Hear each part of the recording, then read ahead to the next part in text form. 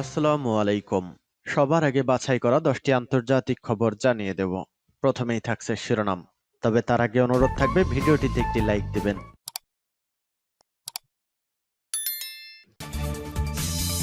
দখলদার ইসরায়েলি বাহিনী এবং ফিলিস্তিন পুরোদমে যুদ্ধ চলছে। আমাদের হাতে এসেছে ভয়ঙ্কর সব আন্তর্জাতিক সংবাদ। প্রথমেই জানিয়ে দেব সংবাদ শিরোনাম। হিজবুল্লাহর পাল্টা রকেট হামলায় জ্বলছে ইসরায়েল। এরপর জানিয়ে দেব ইউক্রেন ও গাজার পর বাইডেন প্রশাসনের অর্থায়নে তৃতীয় যুদ্ধ লেবাননে। এদিকে ব্লু লাইন বরাবর নতুন নিরাপত্তা ব্যবস্থা গড়তে মরিয়া নেতানিয়াহু। এরপর জানিয়ে দেব এরদোগান ও পেজেশকিয়ান প্রথম সাক্ষাৎ, যে আলোচনা হলো। আরও জানিয়ে দেব শ্রীলঙ্কার চীনপন্থী নতুন প্রেসিডেন্টকে নিয়ে চিন্তায় ভারত।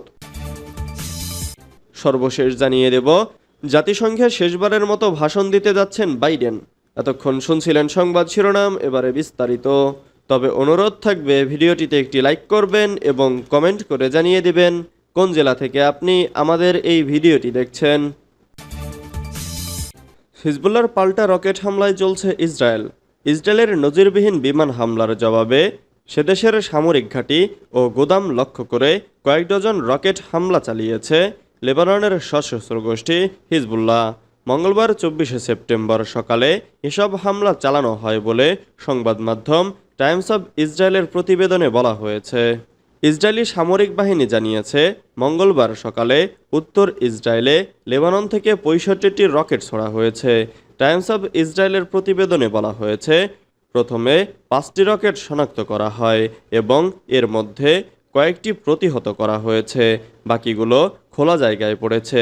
ইসরায়েলি সামরিক বাহিনী জানিয়েছে গ্যালিলি এলাকায় 50টি রকেট শনাক্ত করা হয়েছে, এর বেশিরভাগ প্রতিহত করা হয়েছে।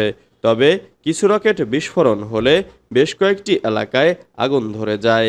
দমকল কর্মীরা আগুন নেভানোর জন্য কাজ করছে জানিয়ে ইসরায়েলি সামরিক বাহিনী বলেছে, এসব ঘটনায় কোনো হতাহতের ঘটনা ঘটেনি। এক বিবৃতিতে হিজবুল্লাহ জানিয়েছে ইসরায়েলের আফুলার মেগিদ্দো বিমান ঘাঁটিতে 2টি মিসাইল আঘাত হেনেছে। বন্দর নগরী হাইফার রামত ডেভিড এয়ারবেসে এবং আমজ ঘাঁটিতে আঘাত হেনেছে তাদের ছোড়া মিসাইল। এছাড়া কিরিয়াত শামোনা বসতিতেও রকেটে হামলার কথা জানিয়েছে হিজবুল্লাহ। ইউক্রেন ও গাজার পর বাইডেন প্রশাসনের অর্থায়নে তৃতীয় বিশ্বযুদ্ধ লেবাননে। দোহা ইনস্টিটিউট ফর গ্র্যাজুয়েট স্টাডিজের আন্তর্জাতিক সংঘাত সমাধান বিষয়ক অধ্যাপক ইব্রাহিম ফ্রাইহাদ বলেছেন, গাজায় ইসরায়েলের যুদ্ধ লেবাননে ছড়িয়ে পড়বে এটা প্রত্যাশা ছিল, কিন্তু একদিনে এত বড় মৃত্যুর সংখ্যা প্রকাশিত ছিল না। মঙ্গলবার 24শে সেপ্টেম্বর কাতার ভিত্তিক সংবাদ মাধ্যম আল জাজিরাকে দেওয়া এক সাক্ষাৎকারে মার্কিন প্রেসিডেন্ট জো বাইডেন এই যুদ্ধে অর্থায়ন করেছে বলে উল্লেখ করেছেন তিনি। সাক্ষাৎকারে ফ্রাইহাদ বলেছেন, একদিনে প্রায় 500 বেসামরিক নাগরিক নিহত হয়েছে। সবচেয়ে বিস্ময়কর বিষয় হলো পশ্চিমা দেশগুলোর নীরবতা। কোনো প্রকৃত বিবৃতি নেই। ইসরায়েলি সরকারকে তার আক্রমণ বন্ধ করার জন্য কোনো চাপ নেই।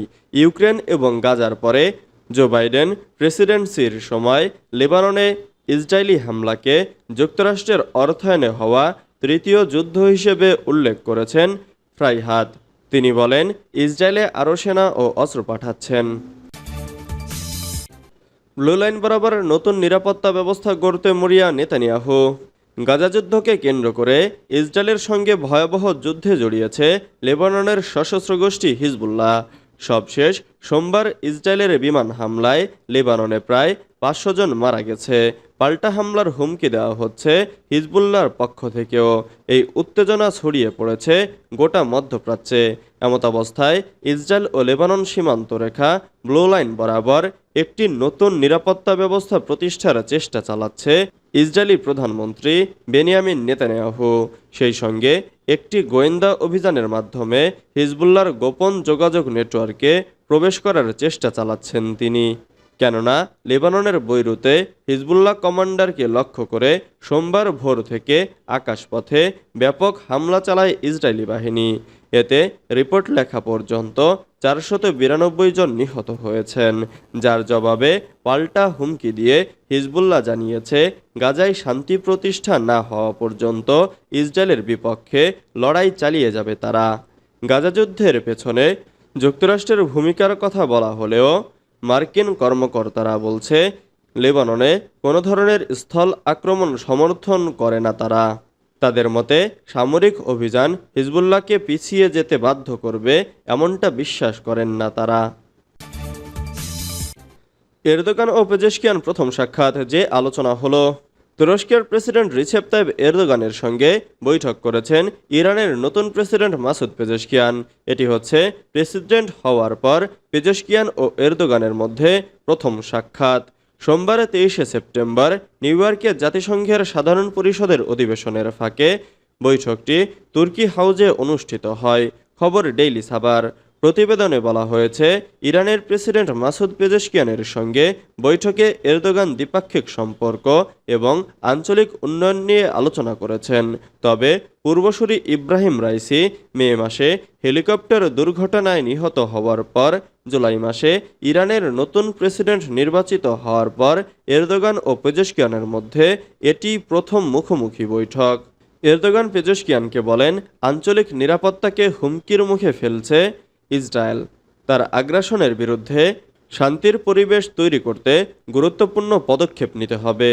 পেজেশকিয়ানকে এরদোগান বলেন, যত তাড়াতাড়ি সম্ভব ফিলিস্তিনি ও লেবাননের ভূখণ্ডে ইসরায়েল যে সহিংসতা করছে তা বন্ধ করতে আন্তর্জাতিক সম্প্রদায়কে আইন, কূটনীতি এবং মানবাধিকারের ভিত্তিতে আরও বেশি আওয়াজ তুলতে হবে। শ্রীলঙ্কার চীনপন্থী নতুন প্রেসিডেন্টকে নিয়ে চিন্তায় ভারত। শ্রীলঙ্কায় বামপন্থীদের জয় জয়কার। নতুন প্রেসিডেন্ট হলেন ন্যাশনাল পিপলস পাওয়ার নামের বামজোটের নেতা অনুরা কুমার দিশানায়কে। সোমবার 23শে সেপ্টেম্বর দক্ষিণের দ্বীপরাষ্ট্রটির প্রধান হিসেবে দায়িত্ব গ্রহণ করেন তিনি। শ্রীলঙ্কায় দশম প্রেসিডেন্ট হিসেবে গদিতে বসেন জনতা বিমুক্তি পেরামুনা বা জেভিপির পলিটব্যুরোর সদস্য দিশানায়কে। দ্বিতীয় রাউন্ডের গণনা শেষে তার বিজয় নিশ্চিত হয়ে যায়। এরপরই রাজধানী কলম্বোয় প্রেসিডেন্টের সচিবালয়ে চলে আসেন তিনি। সেখানে তাকে শপথ বাক্য পাঠ করান দ্বীপরাষ্ট্রের প্রধান বিচারপতি জয়ন্ত জয়সূর্য। দিশানায়কে শ্রীলঙ্কার গদিতে বসতেই ভারতের সঙ্গে দক্ষিণের দ্বীপরাষ্ট্রটির সম্পর্ক কেমন হবে তা নিয়ে চুলচেরা বিশ্লেষণ শুরু করেছেন আন্তর্জাতিক সম্পর্ক বিশ্লেষকরা। তাকে ভারত বিরোধী ও চীনপন্থী বলেই মনে করা হয়। ফলে তার জয়ে ভ্রু কুঁচকেছেন নয়াদিল্লির কূটনীতিকদের একাংশ। শ্রীলঙ্কার বাম দল জেভিপির প্রতিষ্ঠাতা ছিলেন রোহানা উইজেভেরা। 1980-র দশকে ভারতের সম্প্রসারণবাদের কথা বলে বলে দ্বীপরাষ্ট্রের আমজনতার মধ্যে জনমত গঠন করেন তিনি।